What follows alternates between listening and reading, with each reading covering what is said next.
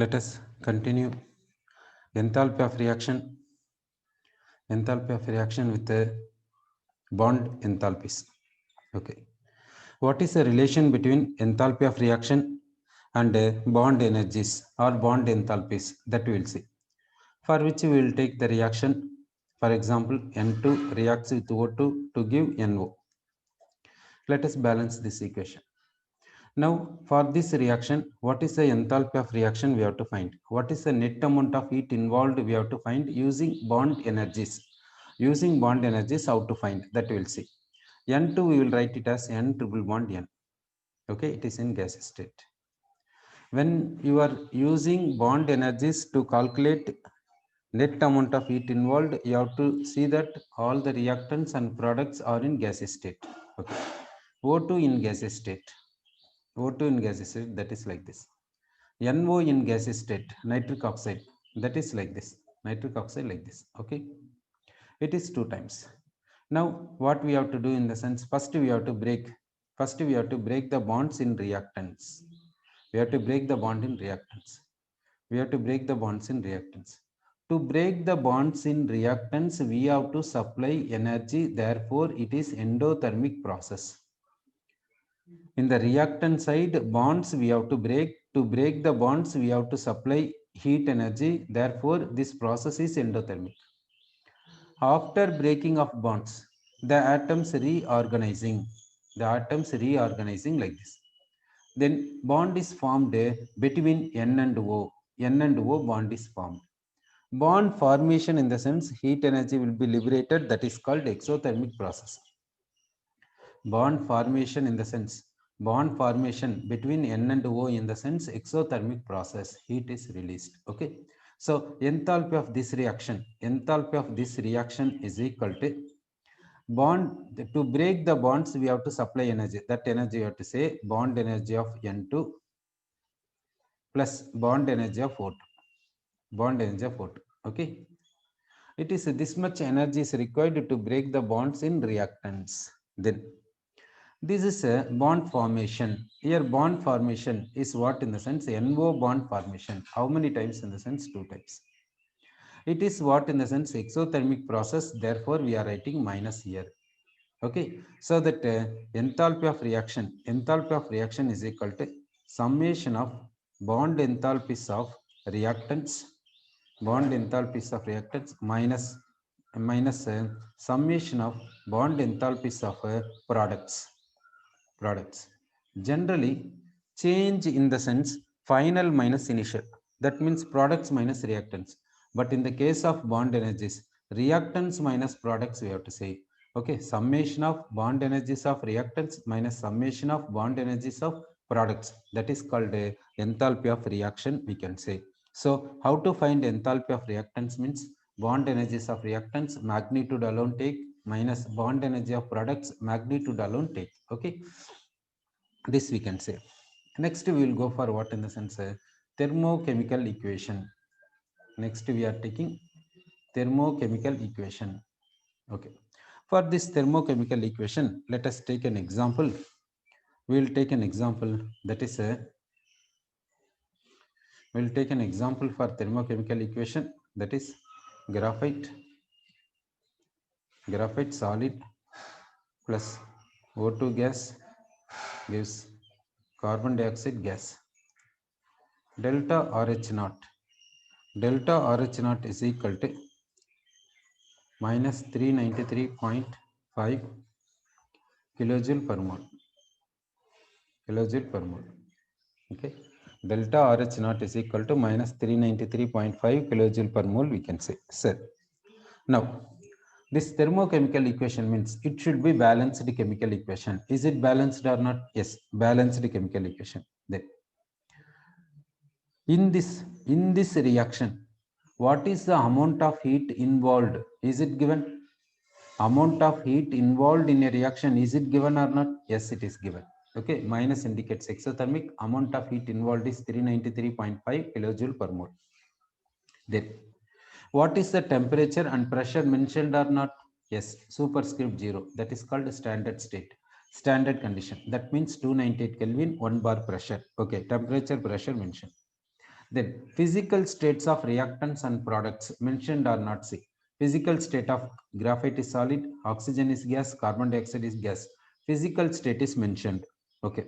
Then if any allotropes is mentioned, that should be mentioned here. If any allotropes possible, that should be mentioned. Carbon, if we take graphite, diamond, fullerene, like this, many allotropes are there. Is allotrope mentioned? Yes, that is mentioned graphite. Okay.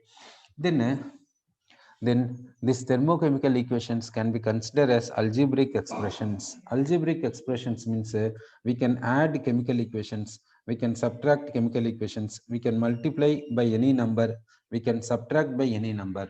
That is called algebraic expressions. In the previous class, we have seen we have added some of the equations. Some of the equations we added and we got overall reaction. That we have seen in enthalpy of neutralization, heat of neutralization. There we have added some of the equations and we got overall reaction we got, isn't it? Therefore, a chemical equations can be treated as algebraic expressions. Okay. So what is thermochemical equation? It is a balanced chemical equation. Next, amount of heat involved in a chemical reaction at a given temperature and pressure is mentioned. Then physical states of reactants and products is mentioned. Then if any allotrope is possible, that is mentioned. Then chemical equations can be considered as algebraic expressions. This is about thermochemical equation. Okay, so thermochemical equation means what are the points we have to see?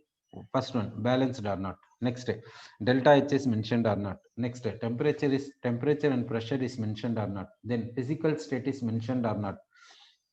Then if any allotrope is possible, that is mentioned or not. Then chemical equations can be treated as algebraic expressions. This is about a thermochemical equation. Set. Next, we will see about S law of constant heat summation. Next, we will see about S law of constant heat summation. That we will see. So what S law of constant heat summation? What does it say about? It says that when a chemical reaction takes place in a single step or in several steps, the net amount of heat involved remains same. That's what this S law of constant heat summation says. Okay. That is explained by what cycle, in the sense Born-Haber cycle. So we'll see Born-Haber cycle, we'll see. Okay, this Born-Haber cycle that explains that. Okay.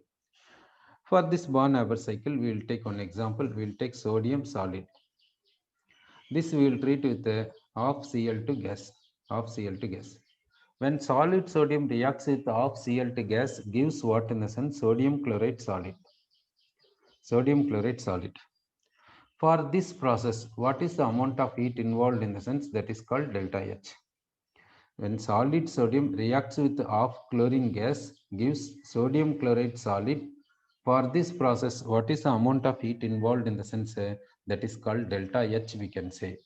So, now we will take this process in another way. First, we will convert solid sodium into gaseous sodium. Gaseous sodium. This is called sublimation energy, we can say. This is called sublimation. When solid is directly converting into gas, that is called sublimation. Therefore, heat involved is called sublimation enthalpy or sublimation energy, that is delta H1. Then let us remove electron from sodium. Therefore, we will get Na plus gas. We are removing electron from sodium, so we are getting Na plus gas. This is called ionization. From gaseous sodium atom, we are removing one electron. We are getting gaseous sodium ion. It is called ionization. Energy involved, heat involved in this step is called ionization energy. This is a delta H2. Delta H2, we can say. Then this is chlorine molecule. This chlorine molecule we will convert into chlorine atom. It is chlorine molecule. This chlorine molecule we will convert into chlorine atom. This is called dissociation, we can say. This is chlorine molecule. Chlorine molecule we will convert into chlorine atom. This is called dissociation. Here dissociation capital. Okay, dissociation we can say. That half mole, in the sense dissociation energy we have to divide by 2. Okay. So this is what, in the sense delta H3 we can say. It is a dissociation energy, we can say. Next, this Cl, gaseous chlorine atom, takes an electron and becomes Cl minus gas. Gaseous chlorine atom takes an electron and becomes Cl minus gas. This is called electron gain enthalpy or electron affinity. gaseous chlorine atom takes an electron and becomes Cl minus gas means that is called electron gain enthalpy, electron affinity. Like this, you can say for this heat involved is called delta H4. Then this gaseous Na plus and gaseous Cl minus combines to give NaCl solid. This is called what is in the sense lattice enthalpy. A gaseous sodium ions 1 mole, gaseous Cl minus ions 1 mole come closer and forms 1 mole of sodium chloride crystal. This process is called a lattice formation. Energy involved is called lattice energy, lattice enthalpy. This lattice enthalpy is a delta H5 will take. Okay. Now in this one solid sodium into gaseous sodium, that is delta H1. Okay, gaseous sodium into Na plus gas, that is delta H2. Cl2 molecule into chlorine atom, that is delta H3. Chlorine atom into Cl minus gas, that is delta H4. Then Na plus ions gaseous, Cl minus ions gaseous converting into NaCl solid, that is delta H5. Okay, some of these we will take, some of these we have taken. And this is a sodium solid plus half Cl2 gas gives NaCl solid, for that delta H. What is the relation between them? What is the relation between this delta H and some of these? That we have to see. Now, delta H means sodium solid reacting with half Cl2 gas to give NaCl solid. That is delta H. That heat involved is delta H. This chemical equation, this direct chemical equation, we have seen in the stepwise. This stepwise, some of these is here. How heat involved here and heat involved here will be there. How heat involved here and heat involved here will be there. Will they be equal or not equal? Will they be equal? They will be equal. Heat involved here and some of these. Okay, heat involved here and heat involved here will be equal, we can say. This is called what in the sense S law of constant heat summation. S law of constant heat summation. So what S law says in the sense whether chemical reaction takes place in single step or several steps, okay, several steps. Here heat involved will be equal. That's what S law says. So that S law is called S law of constant heat summation. Constant heat summation, we can say. Constant heat summation. So S law of constant heat summation means what? We can take a chemical equation in single step. Single step means what? This is the single step. Single step chemical equation. Okay. Here in the single step chemical equation, what is the amount of heat involved? You consider it. Then several steps. Several steps means this is the several steps. This is the several steps. Okay. In the several steps, what is the total amount of heat involved that you take? You compare this and this. How it will be there means equal. They will be equal. That's what S law says. S law of constant heat summation. Heat summation in the sense sum of the heat will be what? Constant. Constant means this one and this one equal. That's what S law says. So S law of constant heat summation means in single step amount of heat involved and several steps amount of heat involved will be equal. Okay, this is called a S law of constant heat summation, we can say. Now say, shall we treat chemical equations as algebraic expressions or not? That we'll see. Okay, shall we treat chemical equations as algebraic expressions or not? We'll see. For this, we will take here first step, solid sodium into gaseous sodium we will take. Okay.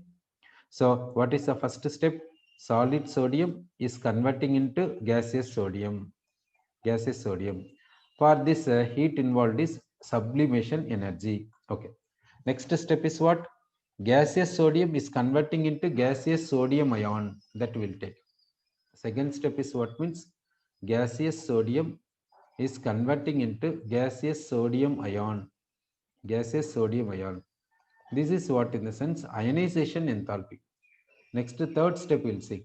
Half Cl2 gas converting into Cl gas. Half Cl2 gas. Half Cl2 gas converting into Cl gas. For this, energy involved is what means dissociation enthalpy. Okay. Next, Cl gas, gaseous chlorine atom convert into Cl minus gas. That will take. Gaseous chlorine atom converting into taking electron and become Cl minus gas. For this, energy involved is delta H4. Okay. Then Na plus gas combines with Cl minus gas to give NaCl solid. That will take. That is step 5.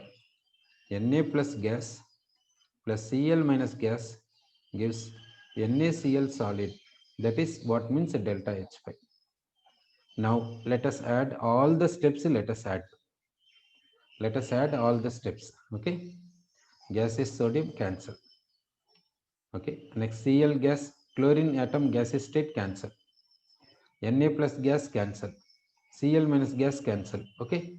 Here left side what is the remaining? Sodium solid. Sodium solid. Here what is there? Half Cl2 gas. Half Cl2 gas. Left side electron, right side electron cancel. Then right side what is there? NaCl solid. On adding these steps we got this. Therefore add all these steps, all these heat enthalpies, add all the energy involved, add all the net amount of heat involved. Okay, we have added all these delta H values we added. This is equal to what? This is what you see. It is a direct reaction, isn't it? So direct reaction is this for that delta H. Direct reaction delta H. Okay. So single step delta H is equal to sum of the delta H's of several steps. Okay. Single step delta H. Single step delta H is equal to sum of the several steps delta H we can say. Okay. So can we treat chemical equations as algebraic expressions? Shall we treat chemical equations as algebraic expressions? That means shall we add all the chemical equations? Okay, so we can add chemical equations, we can subtract chemical equations, we can multiply by any number by chemical equation, we can divide the chemical equation by some number, anything we can do. Treat chemical equations as algebraic expressions. Okay, so we can treat chemical equations as what in the sense algebraic expressions. So at this point, what this point says, we can treat chemical equations as algebraic expressions. Okay, this is about chemical thermodynamics. Now we will continue thermodynamics. We will continue in the thermodynamics. We will go for a next stage. We will go next stage is what in the sense spontaneous process. Next stage is what in the sense spontaneous process. So, what is spontaneous process? What is a spontaneous process?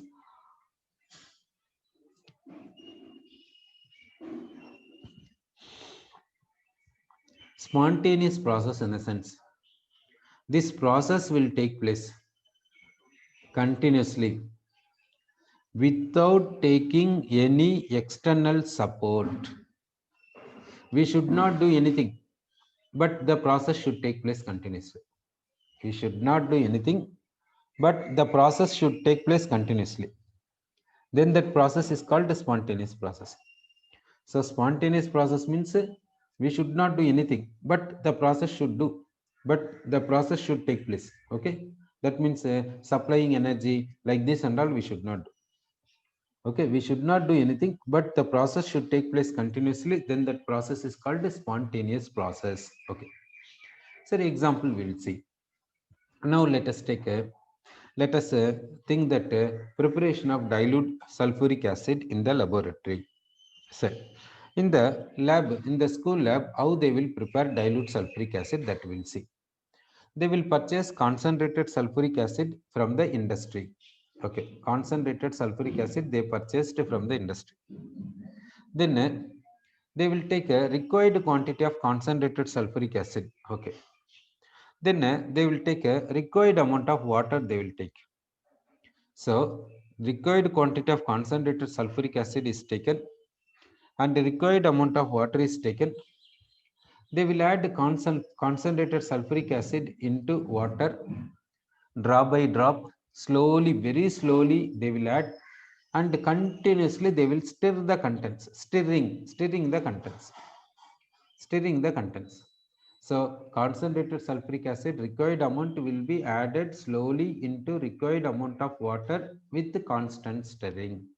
What will be obtained in the sense dilute sulfuric acid solution. Okay, so dilute sulfuric acid solution is obtained. So dilute sulfuric acid solution will be prepared like this. Now this dilute sulfuric acid solution will be prepared in a one vessel. That vessel, if you touch during preparation, that vessel if you touch, we feel hot. We feel hot in the sense this process is exothermic or endothermic. This process is exothermic. That means in this process heat is liberated. Heat is liberated. This process we can say exothermic process. Generally concentrated acids into dilute acids in the sense exothermic process in general. Okay, then we will take a oxalic acid crystals. Oxalic acid crystals formula is this one. Oxalic acid crystals will take. Then we will add oxalic acid crystals into required quantity of water. Then we will prepare a required concentration of oxalic acid solution. Required concentration of oxalic acid solution we will prepare. That how to prepare required concentration of oxalic acid solution we will see. For which we will take a standard flask. We are taking what in the sense standard flask we will take. This is what in the sense standard flask. Okay, standard flask we are taking. In the standard flask here, one mark will be there, and over this something will be engraved 100 ml, 250 ml, 20 ml, 50 ml, like this will be engraved. If it is engraved 100 ml in the sense from here to this place 100 ml solution, 100 ml volume, that is the mean. Then let us keep a funnel here and calculated amount of the weighed amount of oxalic acid take and transfer here. Transfer here. Oxalic acid crystals will come down and settles here. Then go on add water. How you are adding water in the sense add in the inner wall of the funnel such that if any sticking crystals in the funnel is there, that will flow down using water. So you are adding water such that if any crystals present in the funnel, that also will be coming down. After bringing all the crystals from the funnel to the standard flask, take out the funnel and add water continuously here. Then water level here rises, rising, coming like this, rising here, and up to this level comes. When it comes just below the mark, stop adding water and see the surface of water, and you are able to see the meniscus. You are able to see the meniscus. In the meniscus, bottom meniscus, you consider it for colorless solution. That bottom meniscus is coinciding with the mark or not, you see. If it is not coincide, add one drop of water and make the lower meniscus to coincide with the mark. Okay, so you are adding water drop and drop such that the lower meniscus of water coinciding with the mark. After coinciding, close this with cork, then stir it well, make it up and down and shake it well such that the crystals will dissolve continuously in water and the crystals will be uniformly distributed throughout the solution and you are getting uniform concentration solution. Okay, sir. So we prepared a required concentration of oxalic acid crystals. If we touch this vessel, we will feel hot. If we touch this standard flask, we feel hot. Why? Because this process is a exothermic process. This process is called a exothermic process, we can say. Then you know about acid-base neutralization. HCl reacts with sodium hydroxide to give sodium chloride and water. This process is called exothermic reaction. That's what we have seen in a heat of neutralization. Enthalpy of neutralization is minus 57.32 kilojoule per mole. Therefore, it is called exothermic process, we can say. Next, we will take glucose. We will take glucose and we will add water and we will prepare a solution. If we touch this, vessel, we feel cool. We feel cool in the sense this glucose takes surrounding energy for dissolution. Therefore, it is endothermic process. Okay, take glass, take glucose, add water and stir it, then touch the glass. We feel cool. Why?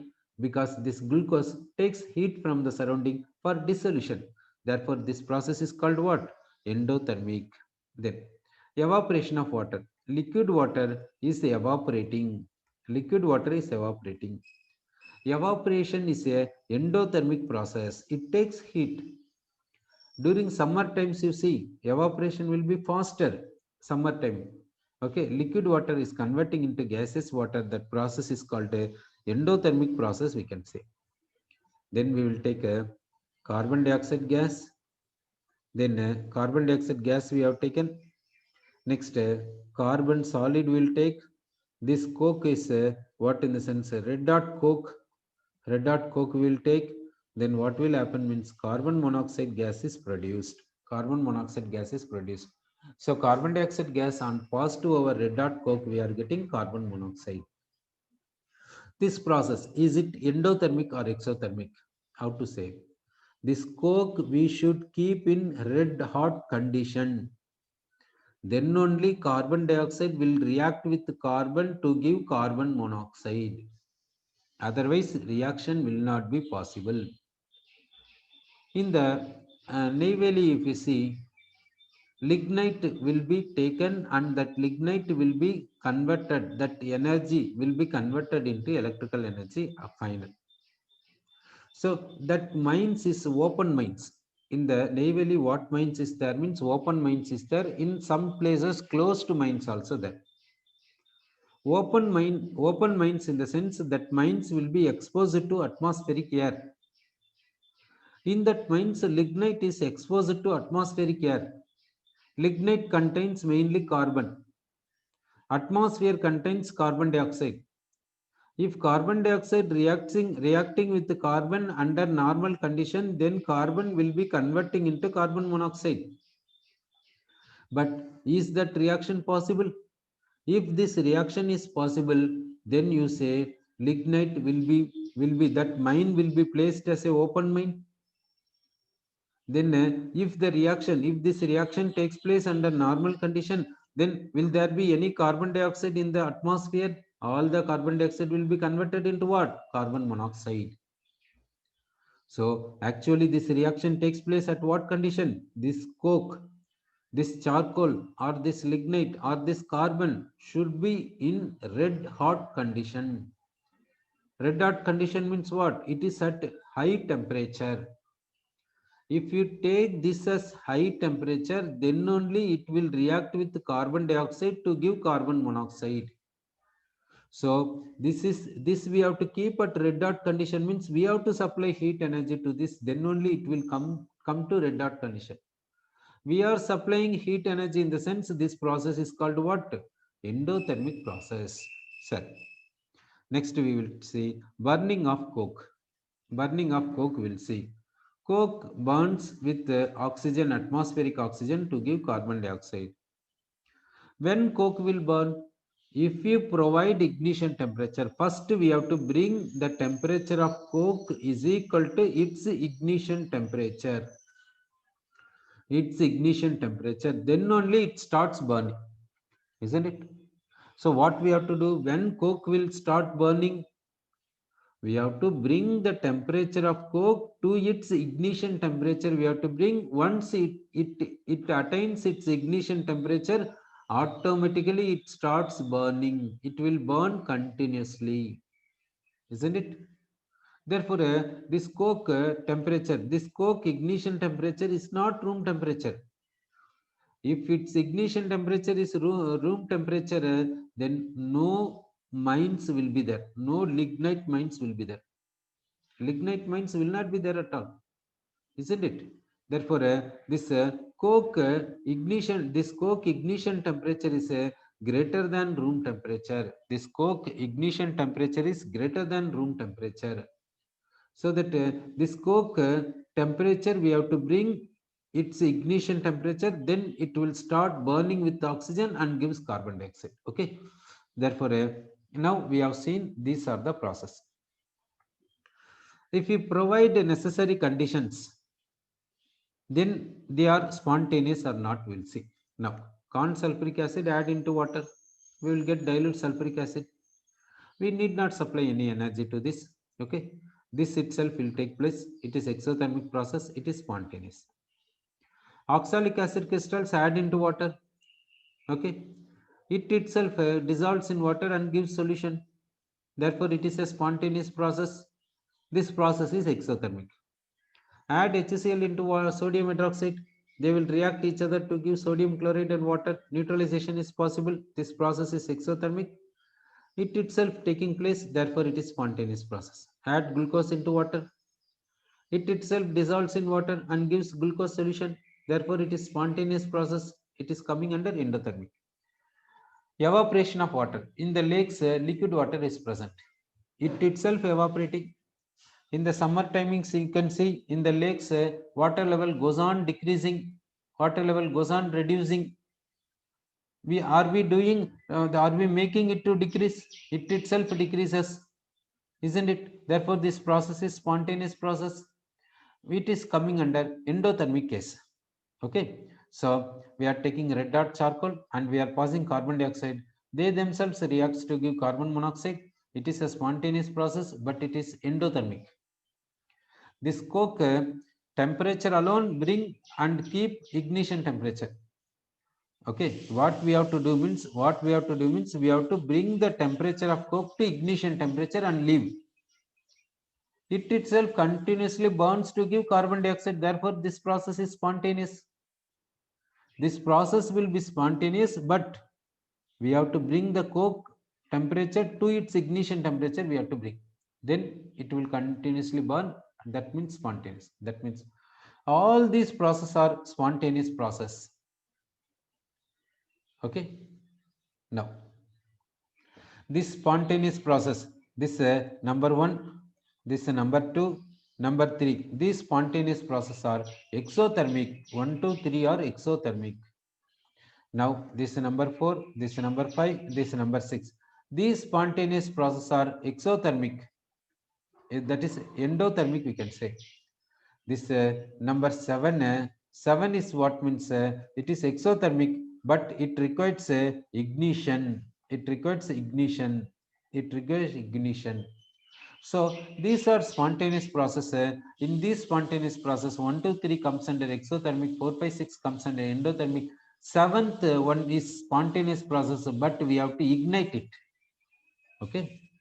Now, first law of thermodynamics is saying the criterion for spontaneity. First law of thermodynamics is saying the criterion for spontaneity. Okay. First law of thermodynamics says that what is the criterion for spontaneity in the sense? Spontaneity in the sense delta H is negative. It is the first law of thermodynamics criterion. First law of thermodynamics says criterion for spontaneous is delta H is negative. Negative means exothermic. So first law of thermodynamics says all the exothermic processes are spontaneous. That means for the process to be spontaneous, the process must be exothermic. That is first law. First law of thermodynamics says spontaneous process must be exothermic process. Sorry. Now first is exothermic spontaneous. Okay. Second is exothermic spontaneous. Third is exothermic spontaneous. Now you take evaporation of water. Is it a spontaneous process or not? Yes, of course it is a spontaneous process. But it is endothermic. Now This is a spontaneous process, but it is endothermic. This spontaneous process is a endothermic. Now, first law of thermodynamics is having limitation or not? The evaporation of water in the lakes, we can see in the summer timings in the lakes, water level goes on reducing. That means evaporation is a spontaneous process, but it is what? Endothermic. So, first law of thermodynamics criterion of spontaneity is applicable for all the spontaneous process or not? No. First law of thermodynamics, this criterion is not applicable for all the spontaneous process. Though this process is endothermic, it is spontaneous. First law of thermodynamics is unable to explain this spontaneity. Therefore, since first law of thermodynamics is having limitation, second law of thermodynamics is introduced. Okay. The second law of thermodynamics is based on what in the sense Carnot cycle. The second law of thermodynamics is introduced, that is based on what in the sense Carnot cycle. So what is Carnot cycle, that we will see. Okay. So we are seeing what in the sense Carnot cycle, we will see. We are seeing Carnot cycle. For what sake we are going for Carnot cycle, in the sense in order to say second law of thermodynamics, in order to say second law of thermodynamics, thermodynamic term. Okay, second law of thermodynamics introduces a thermodynamic term.